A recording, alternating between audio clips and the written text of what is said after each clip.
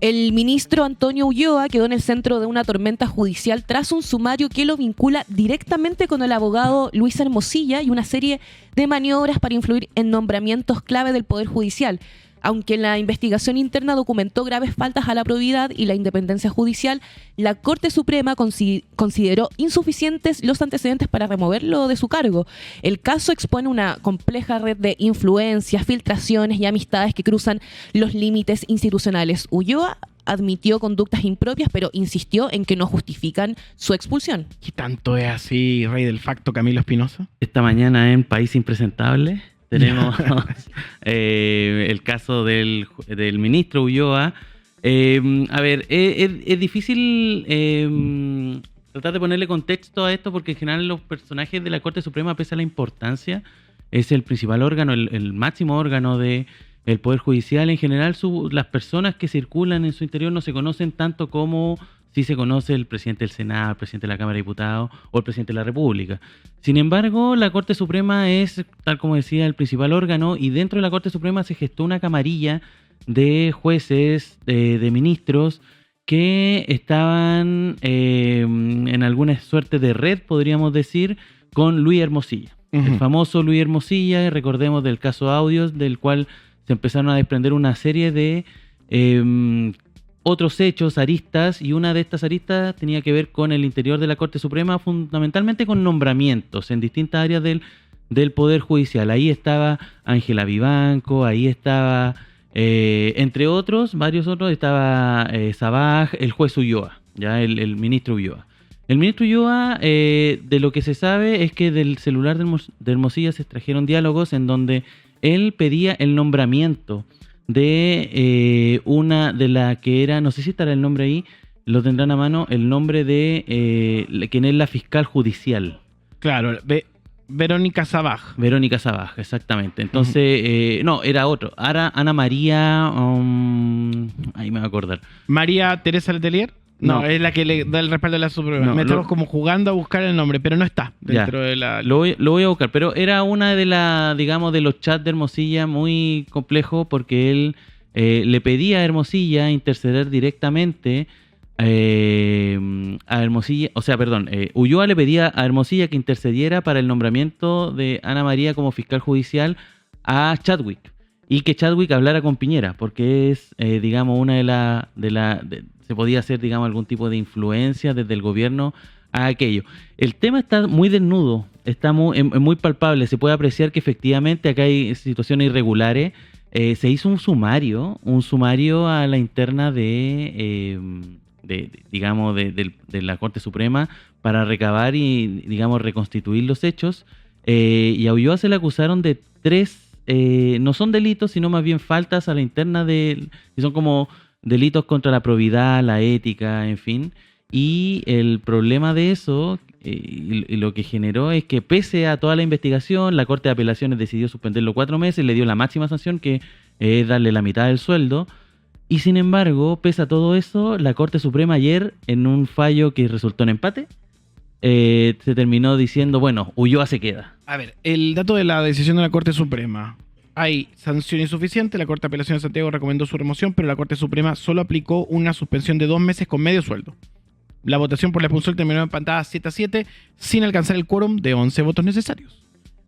Hay una división interna, el voto dividido refleja la fuerte polarización del máximo tribunal, pero Ulloa tiene apoyos clave en la Suprema. Sí. María Teresa Letelier está votando en contra de su remoción y su rol es bastante cuestionado. Hay temas con el celular de Ulloa que han llamado la atención. Antes me gustaría comentar lo que estaba diciendo Camilo hace poco sobre el desenlace de la Corte Suprema el día de ayer, que llegaron a la votación que fue empatada, y acá me gustaría preguntarte, Camilo, porque hay 2 ministros que están de vacaciones, que no van a votar, que es la ausencia de Cristina Gajardo, quien antes votó contra la remoción y que complica a Ulloa. ¿Qué significa todo esto?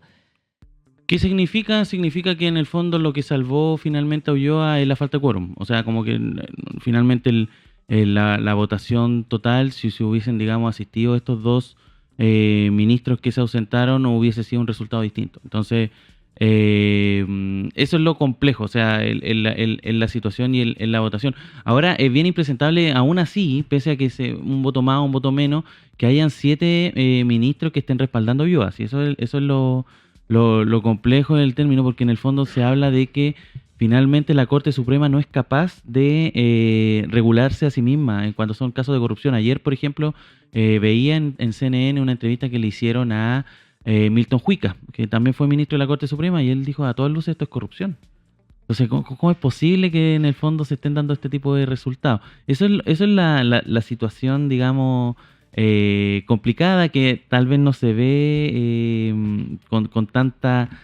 No se ve tan diáfano, porque en el fondo estamos hablando de personajes que no son tan conocidos, pero estamos hablando de un ministro de la Corte Suprema. Algunos ministros temen que si Ulloa cae, pueda filtrar más información sensible. ¿Eso se podría explicar en parte su apoyo silencioso entre pares, o no? A eso me refiero cuando al principio decía que era una camarilla. No, en el fondo estamos hablando aquí de puros compadres. Hay un pacto para mantenerse. Ahora, hay una salida a esto, que es lo que están conversando sobre todo en el Congreso, que es la presentación de una acusación constitucional para remover a Ulloa. O sea, a la vista de los antecedentes, desde el Congreso pueden intervenir para remover a uno de los ministros de la Corte Suprema. Y algo que está en discusión, lo más probable es que yo creo que se va a presentar en general por estos diputados oficialistas tipo Manucheri, que le gusta como meterse en el tema como judicial. Yo creo que puede, digamos, llegar a interceder en esta. Lo que vendría bien, y habría que ver cómo se mueve también el Parlamento en ese sentido, porque yo creo que sería a todas luces impresentable. Igual pasó, por ejemplo, cuando salió Vivanco, la derecha en el Parlamento trató de jugar al empate y metió a otro ministro para que también lo sacaran, por otro tema, por otro caso, y trató de hacer un 2-1. No solo trató, le resultó. Sacaron finalmente a los 2 ministros. Entonces hay que ver cómo se mueve la derecha. En el caso de Ulloa, esta vez, aparentemente el caso se va a empezar a trasladar hacia el Congreso. Bueno, hay una influencia transversal, como bien tú contabas. Hermosilla habría influido en la nominación de ministros como Jean-Pierre Matus, Mario Carroza y María Teresa Letelier, todos hoy en la Suprema. También hubo eventos sociales con abogados influyentes como Samuel Donoso y Gabriel Saliasnik. Pese a tener causa ligada a ellos, justificó estos encuentros como parte de su vida formal y de agradecimiento. Y la maniobra contra Urrutia, la operación para recusar al juez Daniel Urrutia, quien revisaba una causa que involucraba al expresidente Sebastián Piñera, involucró a Hermosilla, Sabaj y posiblemente Ulloa, aunque este último lo niega. Hay una invitación. Toda esta noticia salió en Reportea, que es el sitio de Nico Sepúlveda, que ha venido a nuestro programa y que está en campaña de suscriptores, tal como nosotros siempre. Les invitamos a que se suscriban, y si quieren aportar, en reportea.cl/suscríbete, se pongan para poder hacer de esto un medio de periodismo independiente relevante. Hay que contribuir con ello, tal como antiguamente la gente se suscribía a varios diarios, varias revistas. Bueno, hoy día pueden hacerlo también a Turno y a otros medios que son independientes. Puesto número 2. Ponte serio, oye. Lo serio no quita lo contento. Pero sí, esta es una gran noticia para Chile. Una que estábamos esperando hace tanto tiempo. Hoy somos nosotros, los beneficiados, los encargados de compartirla con ustedes. Las pensiones van a subir. Las jubiladas y jubilados al fin podemos sentir que Chile está cumpliendo. Y desde este septiembre va a subir la PGU. A esos que trabajaron toda la vida y no les alcanza ni para remedios. Y desde enero, con el Seguro Social, comenzarán a aumentar las pensiones entre un 14 y un 35%. Además, subirán las pensiones de las mujeres, haciéndolas más justas porque siempre vivimos más. Y ojo, que esta buena noticia también es para las y los jubilados del futuro. Conoce más sobre esta buena noticia en lareformadepensiones.cl. Gobierno de Chile. Chile avanza contigo. Qué lindo. ¿Yo? La noticia, pues.